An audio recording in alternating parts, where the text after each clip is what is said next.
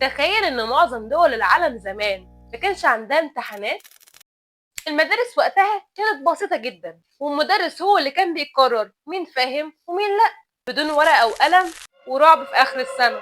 أول فكرة امتحانات ظهرت ما كانتش للطلبة أصلا. في الصين من أكتر من 1400 سنة كانوا بيمتحنوا الموظفين الحكوميين اختبار اسمه امتحان الخدمة المدنية. اختبار صعب جدا، كانوا يقعدوا بالأيام جوه غرفة حجر صغيرة عشان بس يختاروا الناس اللي تستحق إن هي تشتغل مع الإمبراطور. امبراطور الصين مش بتاع الكشري ها. اما بقى امتحانات المدارس اللي بنعاني منها دي ظهرت متاخر جدا في نهايه القرن ال19، لما واحد اسمه هنري فيشل اقترح فكره امتحان موحد عشان يقيس مستوى الطلبه بطريقه واحده. ومن هنا انتشرت الفكره وبقت عاده عالميه سيئه. يعني لحد 150 سنة فاتت كده تقريبا معظم الدول ما كانتش تعرف الرعب ده. الخلاصة بقى الامتحانات مش جزء من التاريخ البشري، دي اختراع جديد نسبيا، بس للأسف أكتر اختراع محدش في العالم كله يقدر يهرب منه. كنت معاكم في الدولاب.